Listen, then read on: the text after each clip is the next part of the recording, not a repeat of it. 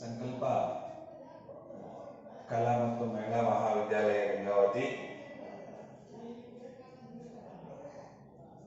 BCom ಅಂತಿಮ ವರ್ಷದ ನನ್ನೆಲ್ಲ ಪ್ರೀತಿಯ ವಿದ್ಯಾರ್ಥಿನಿಯರಿಗೆ ನನ್ನ ಬೆಳಗಿನ ಶುಭೋದಯಗಳು.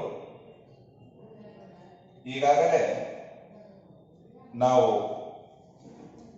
ದ ಯೂನಿಟ್ ಫಸ್ಟ್ ಅಂದ್ರೆ ಅಧ್ಯಾಯ 1 the characteristics of the Indian economy ಆ ಒಂದು ಅಧ್ಯಯನಕ್ಕೆ ಸಂಬಂಧಪಟ್ಟಂತೆ ನಾವು ಚರ್ಚೆಯನ್ನು ಮಾಡ್ತಾ ಇದ್ದೀವಿ. ವಿದ್ಯಾರ್ಥಿನಿಯರೇ, ಒಂದು ಸೂಕ್ಷ್ಮವಾಗಿರ್ತಕ್ಕಂಥ ಒಂದು ಅಂಶವನ್ನು ಇಲ್ಲಿ ನೀವು ಗಮನಿಸಲೇಬೇಕಾಗುತ್ತೆ. ಇಲ್ಲಿ ಫಸ್ಟ್ ಚಾಪ್ಟರ್ ಅಲ್ಲಿ ನಾನು ಇನ್ನೂ 2 ಕಾನ್ಸೆಪ್ಟ್ ಅನ್ನು ನಿಮಗೆ ಹೇಳಬೇಕಾಗಿರುತ್ತೆ. ಅದು ಯಾವುದು ಅಂತಂದ್ರೆ the present status of Indian economy, ಇದು ಒಂದು ಕಾನ್ಸೆಪ್ಟ್.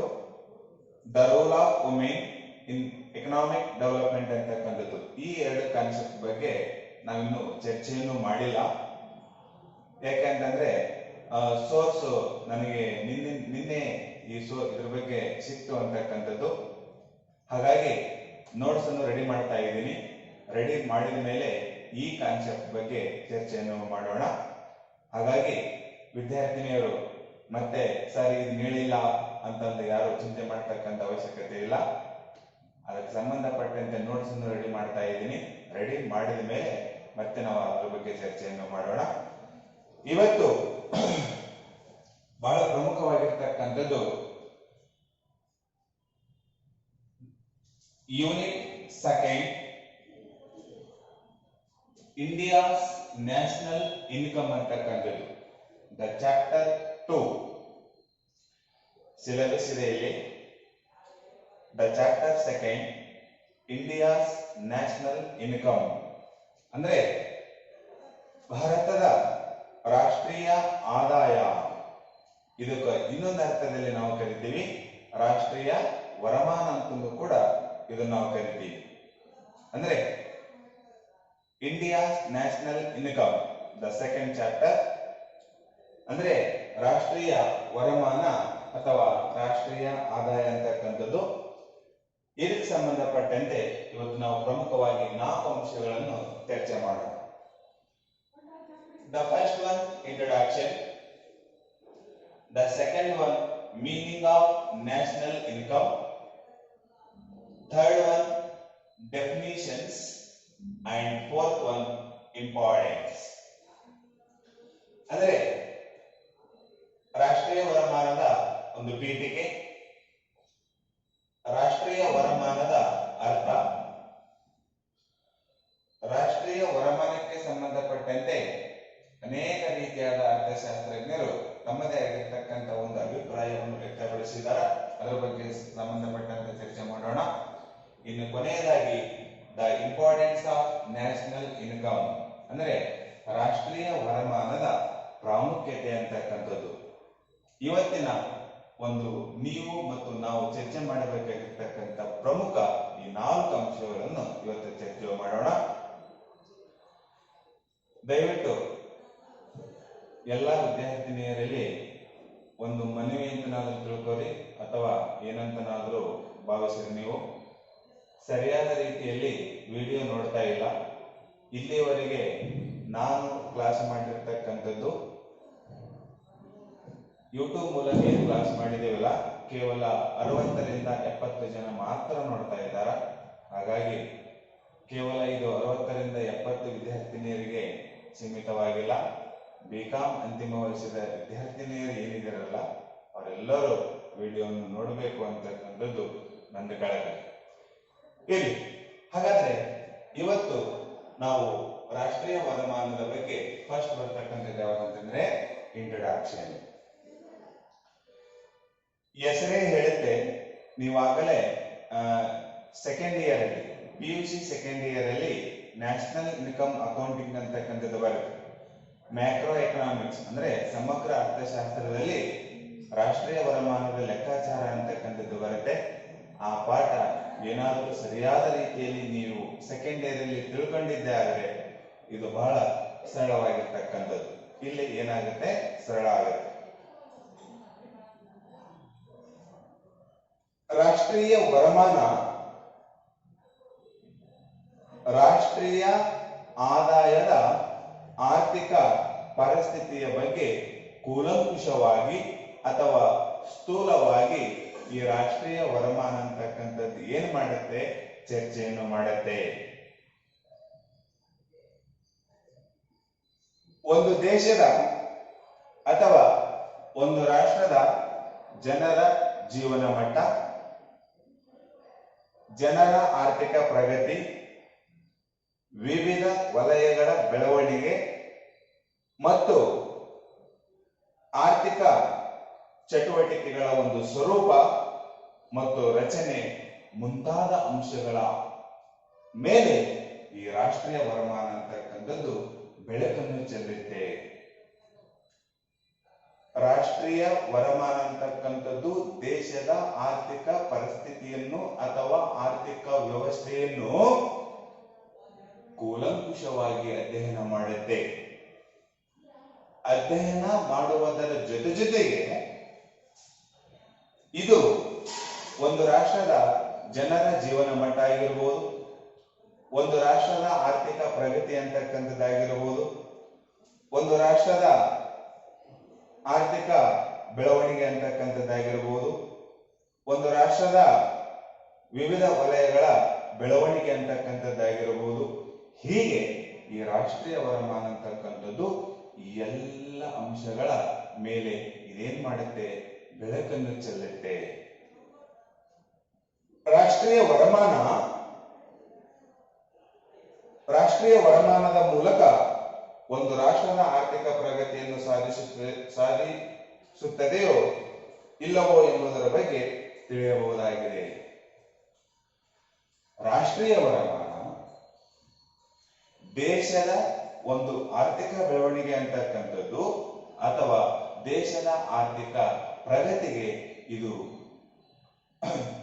ಬೆಳಕನ್ನು ಚೆಲ್ಲುತ್ತೋ ಅಥವಾ ಇಲ್ಲವೋ ಅಂತಕ್ಕಂಥದ್ದು ಇದು ನಮಗೆ ಮತ್ತು ನಿಮಗೆ ಇರ್ತಕ್ಕಂಥದ್ದು ಒಂದು ಪ್ರಶ್ನೆ. ಜಗತ್ತಿನ ಎಲ್ಲ ರಾಷ್ಟ್ರಗಳು ರಾಷ್ಟ್ರೀಯ ವರಮಾನ ಮಾಪನಕ್ಕೆ ವಿಶೇಷವಾಗಿರ್ತಕ್ಕಂಥ ಒಂದು ಪ್ರಾಮುಖ್ಯತೆಯನ್ನು ನೀಡ್ತಾವ. ಕೇವಲ ಭಾರತ ದೇಶದಲ್ಲಿ ರಾಷ್ಟ್ರೀಯ ವರಮಾನ ಅಂತಕ್ಕಂಥದ್ದು, ಭಾರತ ದೇಶ ರಾಷ್ಟ್ರೀಯ ವರಮಾನಕ್ಕೆ ಎಷ್ಟು ಪ್ರಾಮುಖ್ಯತೆಯನ್ನು ನೀಡುತ್ತೋ ಜಗತ್ತಿನ ಅನೇಕ ರಾಷ್ಟ್ರಗಳು, ಅಂದ್ರೆ ಜಗತ್ತಿನಲ್ಲಿರ್ತಕ್ಕಂಥ 192ಕ್ಕಿಂತ ಹೆಚ್ಚು ರಾಷ್ಟ್ರಗಳೇನಿದಾವಲ್ಲ, ಪ್ರತಿಯೊಂದು ರಾಷ್ಟ್ರವು ರಾಷ್ಟ್ರೀಯ ವರಮಾನಕ್ಕೆ ಹೆಚ್ಚಿನ ರೀತಿಯಾದ ಪ್ರಾಮುಖ್ಯತೆ ನೀಡುತ್ತೆ ಅಂತಕ್ಕಂಥದ್ದು. ಹೀಗಾಗಿ ಈ ರಾಷ್ಟ್ರೀಯ ವರಮಾನದ ಬಗ್ಗೆ ಒಂದು ಸ್ವಲ್ಪ ಏನ್ ಮಾಡಿದ್ವಿ ನಾವು ಇಲ್ಲಿ ಇಂಟ್ರಡಕ್ಷನ್ ಅನ್ನು ಹೇಳಿದ್ವಿ. ಇನ್ನು next, the meaning of national income ಅಂದ್ರೆ ರಾಷ್ಟ್ರೀಯ ವರಮಾನದ ಅರ್ಥ. ಒಂದು ರಾಷ್ಟ್ರ ಅಥವಾ ಒಂದು ದೇಶ ತಾನು ಉತ್ಪಾದನೆ ಮಾಡತಕ್ಕಂತ ಸರಕು ಮತ್ತು ಸೇವೆಗಳ ಒಟ್ಟು ಮೌಲ್ಯವನ್ನೇ ನಾವು ರಾಷ್ಟ್ರೀಯ ವರಮಾನ ಅಂತ ಕರೀತೀವಿ. ಒಂದು ದೇಶ ತನ್ನ ದೇಶದ ಒಳಗೆ ತಾನು ಉತ್ಪಾದನೆ ಮಾಡತಕ್ಕಂತ ಎಲ್ಲ ಸರಕು ಮತ್ತು ಸೇವೆಗಳ ಒಟ್ಟು ಮೌಲ್ಯವನ್ನೇ ನಾವು ರಾಷ್ಟ್ರೀಯ ವರಮಾನ ಅಂತ ಕರೀತೀವಿ. ಅಂದ್ರೆ ನೋಡ್ಲಿ, the meaning of national income.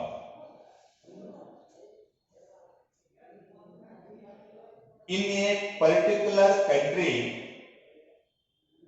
all the final values of goods and service produced in a particular year is called as national income. ಇನ್ನೊಂದ್ಸಲ ನೋಡ್ಲಿ. In a particular countries, all the financial values of goods and service produced in a particular year in is called national income. ಅಂದ್ರೆ ಒಂದು ದೇಶ, ಒಂದು ರಾಷ್ಟ್ರ ಒಂದು ವರ್ಷದ ಅವಧಿಯಲ್ಲಿ ತಾನು ಉತ್ಪಾದನೆ ಮಾಡತಕ್ಕಂತ ಎಲ್ಲ ಸರಕು ಮತ್ತು ಸೇವೆಗಳ ಒಟ್ಟು ಮೌಲ್ಯವನ್ನೇ ನಾವೇನಂತ ಕರಿತೀವಿ? ರಾಷ್ಟ್ರೀಯ ವರಮಾನ ಅಂತ ಕರಿತೀವಿ. ಹಾಗಾಗಿ ರಾಷ್ಟ್ರೀಯ ವರಮಾನದ ಅರ್ಥ ಒಂದು ಮುಗಿತು, ಎರಡನೇದು ಮುಗಿತು. ಈಗ ಮೂರನೇದು the definitions of national income. ಇಲ್ಲಿ ರಾಷ್ಟ್ರೀಯ ವರಮಾನಕ್ಕೆ ಸಂಬಂಧಿಸಿದಂತೆ ಅನೇಕ ರೀತಿಯಾದ ಅರ್ಥಶಾಸ್ತ್ರಜ್ಞರು ತಮ್ಮದೇ ಆಗಿರತಕ್ಕಂಥ ಒಂದು ಅಭಿಪ್ರಾಯವನ್ನು ಇಲ್ಲಿ ವ್ಯಕ್ತಪಡಿಸಿದಾರ. ಅದರಲ್ಲಿ ಮೂವರು ನೋಡಿ, ಎಸಿ ಪಿಗೋ, ಪ್ರೊಫೆಸರ್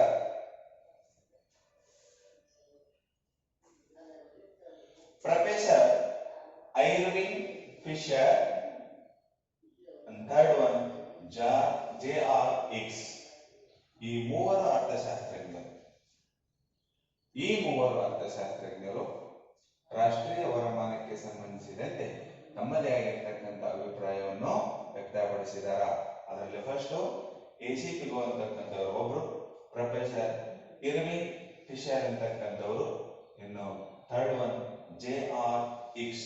ಈ ಮೂವರು ಅರ್ಥಶಾಸ್ತ್ರಜ್ಞರು ರಾಷ್ಟ್ರೀಯ ವರಮಾನಕ್ಕೆ ಸಂಬಂಧಿಸಿದಂತೆ ತಮ್ಮದೇ ಆಗಿರತಕ್ಕಂಥ ಒಂದು ಅಭಿಪ್ರಾಯವನ್ನು ಇಲ್ಲಿ ವ್ಯಕ್ತಪಡಿಸಿದಾರ. ಹಾಗಾದರೆ ಎಸಿ ಪಿಗೋ ಅವರ ಪ್ರಕಾರ ರಾಷ್ಟ್ರೀಯ ವರಮಾನ ಅಂದ್ರೆ ಇವರು ಹೇಳ್ತಾರೆ, ಯಾರು? ಎಸಿ ಪಿಗೋ ಅವರ ಪ್ರಕಾರ ಅವರೊಂದು ಮಾತನ್ನು ಹೇಳ್ತಾರೆ ನೋಡಲಿ. ಅವರು ಒಂದು ಗ್ರಂಥವನ್ನು ಬರೀತಾರೆ. ಎಸಿ ಪಿಗೋ ಅವರು ಒಂದು ಗ್ರಂಥವನ್ನು ಬರೀತಾರೆ. ಯಾವುದಂತಂದ್ರೆ the economics of the welfare. A C Pigou ಅವರ ಗ್ರಂಥ the economics of the welfare. ಈ ಒಂದು ಗ್ರಂಥದಲ್ಲಿ ಅವರು ಒಂದು ಮಾತನ್ನು ಹೇಳ್ತಾರ, ರಾಷ್ಟ್ರೀಯ ವರಮಾನವನ್ನು ಹಣದ ರೂಪದಲ್ಲಿ ಅಳೆಯಬಹುದು. ನೋಡಿ, ಯಾವುದು ರಾಷ್ಟ್ರೀಯ ವರಮಾನವನ್ನು ಹಣದ ರೂಪದಲ್ಲಿ ಅಳತೆ ಮಾಡಲಿಕ್ಕೆ ಸಾಧ್ಯವಾಗುತ್ತದೆಯೋ ಅದನ್ನೇ ಅವರು ರಾಷ್ಟ್ರೀಯ ವರಮಾನ ಅಂತ ಕರೆದರು. ಯಾರು? ಎಸಿ ಪಿಗೋ ಅಂತಕ್ಕಂಥವರು the economics of the welfare ಎಂಬ ಗ್ರಂಥದಲ್ಲಿ ಯಾವ ಅಂಶವು ರಾಷ್ಟ್ರೀಯ ವರಮಾನವನ್ನು ಅಳೆಯಲಿಕ್ಕೆ ಸಾಧ್ಯವಾಗುತ್ತದೆಯೋ ಅದನ್ನೇ ಅವರು ರಾಷ್ಟ್ರೀಯ ವರಮಾನ ಅಂತ ಕರೆದರು. ಇನ್ನು ನೆಕ್ಸ್ಟ್ ಪ್ರೊಫೆಸರ್ ಐರ್ವಿಂಗ್ ಫಿಶರ್ ಅಂತಕ್ಕಂಥವರು, ಇವರು ಕೂಡ ರಾಷ್ಟ್ರೀಯ ವರಮಾನದ ಬಗ್ಗೆ ತಮ್ಮದೇ ಆಗಿರ್ತಕ್ಕಂಥ ಒಂದು ಅಭಿಪ್ರಾಯವನ್ನು ವ್ಯಕ್ತಪಡಿಸ್ತಾರ. ಇವರು ಕೂಡ ಒಂದು ಗ್ರಂಥವನ್ನು ಬರೀತಾರೆ. ಪ್ರೊಫೆಸರ್ ಐರ್ವಿಂಗ್ ಫಿಶರ್ ಅಂತಕ್ಕಂಥವ್ರು ಏನಿದಾರಲ್ಲ, ಇವರು ಕೂಡ ಒಂದು ಗ್ರಂಥವನ್ನು ಬರೀತಾರೆ. ಆ ಗ್ರಂಥ ಯಾವುದಂತಂದ್ರೆ the nature of capital and income. The nature of capital and income.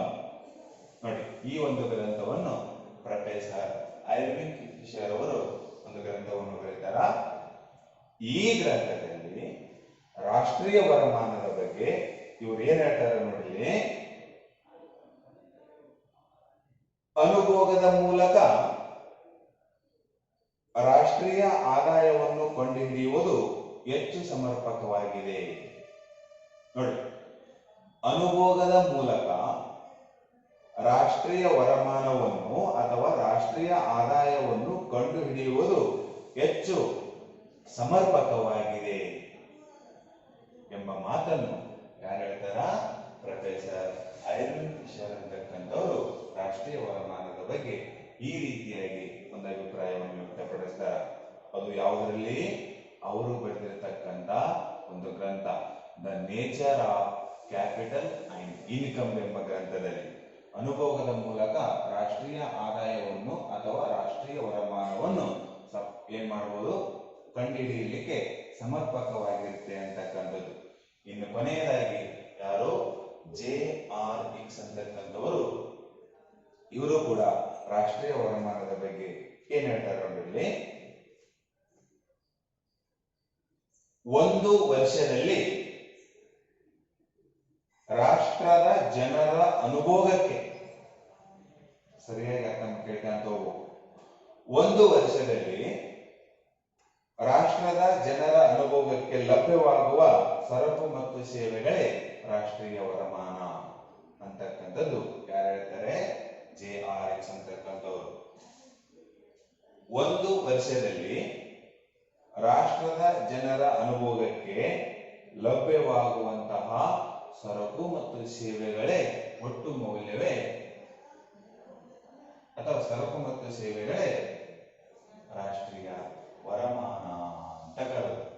ಹೀಗೆ ರಾಷ್ಟ್ರೀಯ ವರಮಾನಕ್ಕೆ ಸಂಬಂಧಪಟ್ಟಂತೆ ಈ ಮೂವರು ಅರ್ಥಶಾಸ್ತ್ರಜ್ಞರು ತಮ್ಮದೇ ಆಗಿರ್ತಕ್ಕಂಥ ಒಂದು ಅಭಿಪ್ರಾಯವನ್ನು ವ್ಯಕ್ತಪಡಿಸಿದರು. ಹಾಗಾದರೆ ನೆಕ್ಸ್ಟ್ ದ ವೆರಿ ಇಂಪಾರ್ಟೆಂಟ್ ರಾಷ್ಟ್ರೀಯ ವರಮಾನದ ಪ್ರಾಮುಖ್ಯತೆ. ರಾಷ್ಟ್ರೀಯ ವರಮಾನದ ಪ್ರಾಮುಖ್ಯತೆ ಅಂತಕ್ಕಂಥದ್ದು ಅಂದ್ರೆ ರಾಷ್ಟ್ರೀಯ ವರಮಾನದ ಪ್ರಾಮುಖ್ಯತೆ, the importance of national income ಅಂದ್ರೆ ರಾಷ್ಟ್ರೀಯ ವರಮಾನದ ಪ್ರಾಮುಖ್ಯತೆ ಅಂತಕ್ಕಂಥದ್ದು. ಒಂದೇ ನೋಡಿ, the first one, national income show the economics conditions of the country. The first important points, the national income show the economics conditions of the country ಅಂತಕ್ಕಂಥದ್ದು. ಅಂದ್ರೆ ರಾಷ್ಟ್ರೀಯ ವರಮಾನದ ಪ್ರಾಮುಖ್ಯತೆಯಲ್ಲಿ ಬರ್ತಕ್ಕಂಥದ್ದು ಒಂದೇ ಅಂಶ ಯಾವುದು ಅಂತಂದ್ರೆ ರಾಷ್ಟ್ರೀಯ ಆದಾಯವು ರಾಷ್ಟ್ರದ ಆರ್ಥಿಕ ಪರಿಸ್ಥಿತಿಯನ್ನು ಸೂಚಿಸುತ್ತದೆ. ನ್ಯಾಷನಲ್ ಇನ್ಕಮ್ ಅಂತಕ್ಕಂಥದ್ದು ಏನಿದೆಯಲ್ಲ ಅವ್ರ ಹೇಳ್ತಾರೆ ದ ಎಕನಾಮಿಕ್ಸ್ ಕಂಡೀಷನ್ಸ್ ಅಂದ್ರೆ ದೇಶದ ಆರ್ಥಿಕ ಪರಿಸ್ಥಿತಿಯ ಬಗ್ಗೆ ಏನ್ ಮಾಡುತ್ತೆ, ಇದು ಅಧ್ಯಯನವನ್ನು ಮಾಡುತ್ತೆ. The first point. The second one, NI, it means national income. ನೋಡಿ, NI ಅಂದ್ರೆ national income gives the clear picture. ನೋಡಿ, national income gives the clear picture economics growth and growth of various sector. ನೋಡಿ, ಇನ್ನೊಂದ್ಸಲ ಕೇಳಲಿ. National income gives the clear picture. The first one. Second one, economics growth, and other one, the growth of various sector.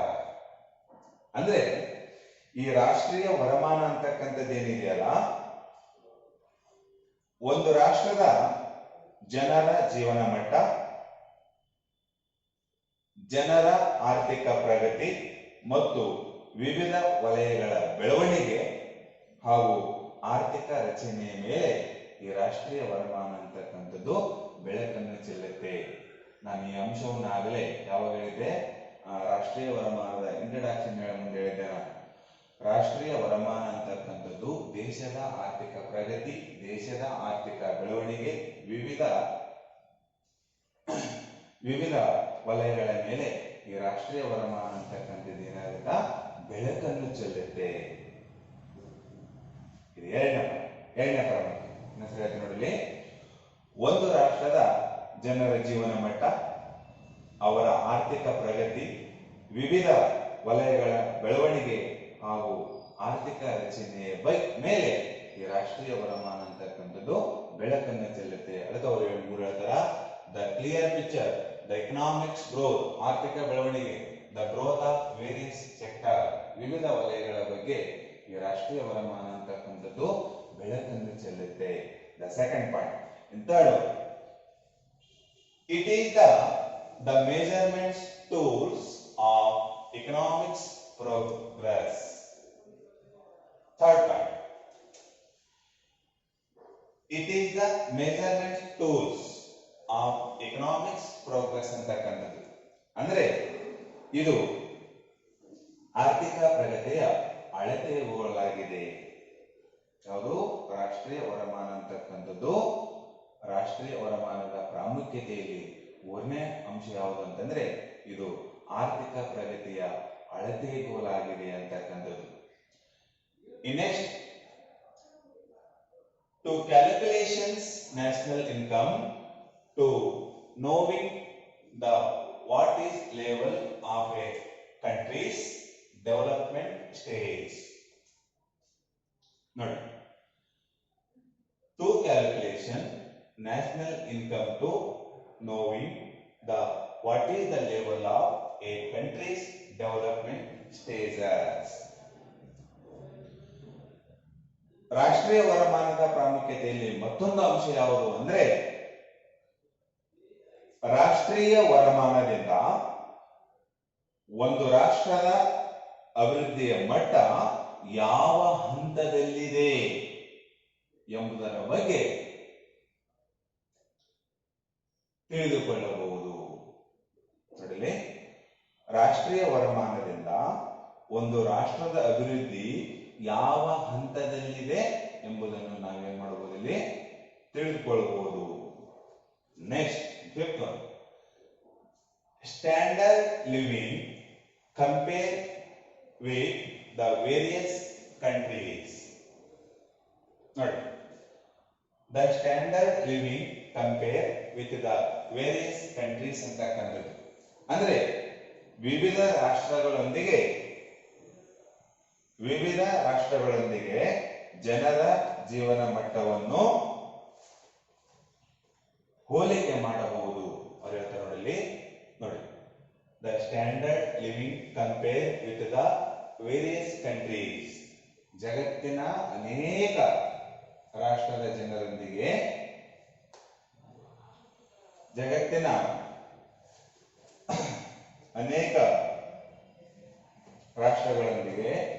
ಜನರ ಜೀವನ ಮಟ್ಟ ಹೇಗೆ ಇದೆ ಎಂಬುದನ್ನು ನಾವು ಏನ್ ಮಾಡಬಹುದು, ಹೋಲಿಕೆಯನ್ನು ಮಾಡಬಹುದು. ಕಂಪೇರ್ ಮೀನ್ಸ್ ನೋಡಿ, ಕಂಪೇರ್ ಅಂತಂದ್ರೆ ಇಲ್ಲಿ ಹೋಲಿಕೆ ಮಾಡೋದು. ಇನ್ನು ನೆಕ್ಸ್ಟ್,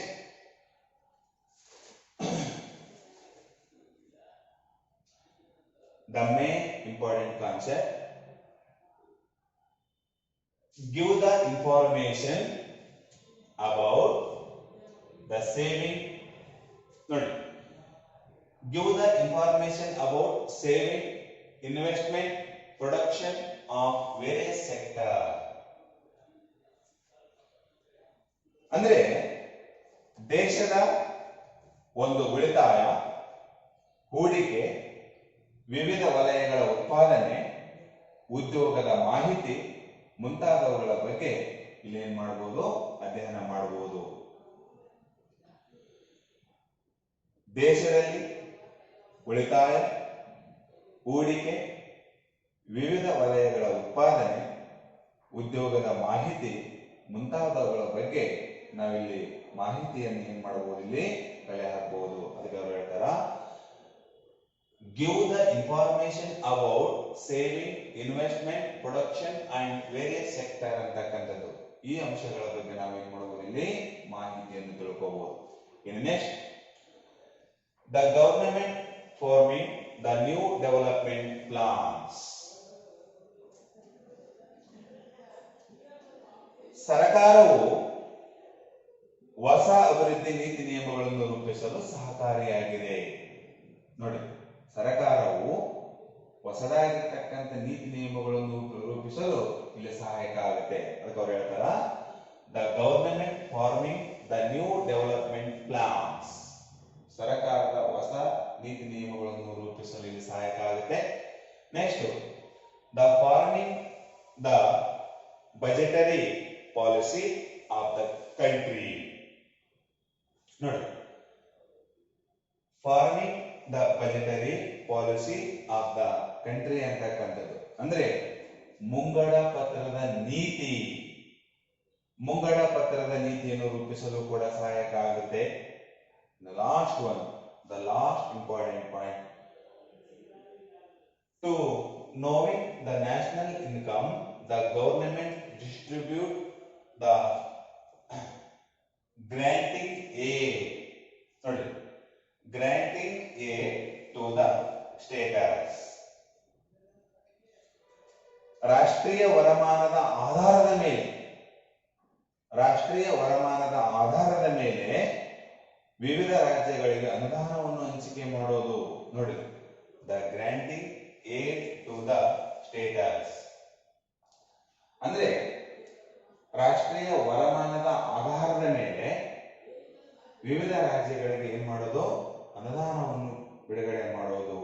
ಹಾಗಾಗಿ ಈ ಎಲ್ಲ ಅಂಶಗಳು ಅಂದರೆ ಈ 9 ಅಂಶಗಳು ರಾಷ್ಟ್ರೀಯ ವರಮಾನದ ಒಂದು ಪ್ರಾಮುಖ್ಯತೆ ಅಂತಕ್ಕಂಥದ್ದು. ದಯವಿಟ್ಟು ವಿದ್ಯಾರ್ಥಿನಿಯರೇ ಸರಿಯಾದ ರೀತಿಯಲ್ಲಿ ಒಂದು ಅಂಶವನ್ನು ನೀವು ಅಬ್ಸರ್ವ್ ಮಾಡಬೇಕು. ಫಸ್ಟ್ ಲೆಸನ್ ನಲ್ಲಿ ಇನ್ನೂ 2 ಕಾನ್ಸೆಪ್ಟ್ ಇದಾವೆ. ಯಾವುದು ಅಂತಂದ್ರೆ the present status of Indian economy ಒಂದು, ಇನ್ನೊಂದು the role of human in economics development. ಈ ಒಂದು ಕಾನ್ಸೆಪ್ಟ್, ಈ 2 ಕಾನ್ಸೆಪ್ಟ್ ಬಗ್ಗೆ ನೋಟ್ಸ್ ಅನ್ನು ರೆಡಿ ಮಾಡ್ತಾ ಇದ್ದೀನಿ. ನೋಟ್ಸ್ ರೆಡಿ ಮಾಡಿದ ಮೇಲೆ ರೆಡಿ ಮಾಡ್ತೀನಿ, ಅದರ ಬಗ್ಗೆ ಮತ್ತೆ ನಾವು ಚರ್ಚೆಯನ್ನು ಮಾಡೋಣ. ಚರ್ಚೆ ಮಾಡಿದ ಮೇಲೆ ನೋಟ್ಸ್ ಅನ್ನು ಹಾಕ್ತೀನಿ. ಹಾಗಾಗಿ ಯಾರು ಇಲ್ಲಿ ಈ 2 ಕಾನ್ಸೆಪ್ಟ್ ಬಗ್ಗೆ ನಾನು ಮುಂದಿನ ತರಗತಿಯಲ್ಲಿ ಚರ್ಚೆಯನ್ನು ಮಾಡ್ತೀನಿ. ಯಾರು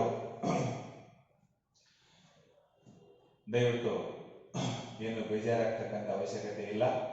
ಇವತ್ತು ನಾನು ಮಾಡಿರ್ತಕ್ಕಂಥ ಒಂದು ಲೆಸನ್ ಯಾವುದಂತಂದ್ರೆ ಯೂನಿಟ್ 2 ಅಂದ್ರೆ ಅಧ್ಯಾಯ 2 ಅಂತಕ್ಕಂಥದ್ದು ಇಂಡಿಯಾಸ್ ನ್ಯಾಷನಲ್ ಇನ್ಕಮ್ ಅಂತಕ್ಕಂಥದ್ದು ಏನಿದೆಯಲ್ಲ, ಅದರಲ್ಲಿ ಕೇವಲ 2 ಕಾನ್ಸೆಪ್ಟ್ ಅನ್ನು ನಾವು ಚರ್ಚೆ ಮಾಡಿದ್ವಿ. ಯಾವುದು? The introduction, meaning, definition and importance ಅಂತಕ್ಕಂಥದ್ದು. ಹಾಗಾಗಿ ಎಲ್ಲ ವಿದ್ಯಾರ್ಥಿನಿಯರು ನಾನು ಈಗಾಗಲೇ ಹೇಳಿದೆ, ನಾನು ದಯವಿಟ್ಟು ವಿಡಿಯೋವನ್ನು ನೋಡಲೇಬೇಕು, ನೋಡ್ತೀರಂತಕ್ಕಂಥದ್ದು ನನ್ನ ಭಾವನೆ. ಇಲ್ಲಿಯವರೆಗೆ ಆನ್ಲೈನ್ ತರಗತಿಗೆ ಹಾಜರಾಗಿರ್ತಕ್ಕಂಥ ನನ್ನೆಲ್ಲ ರೀತಿಯ ವಿದ್ಯಾರ್ಥಿನಿಯರಿಗೆ ನನ್ನ ನಮಸ್ಕಾರ.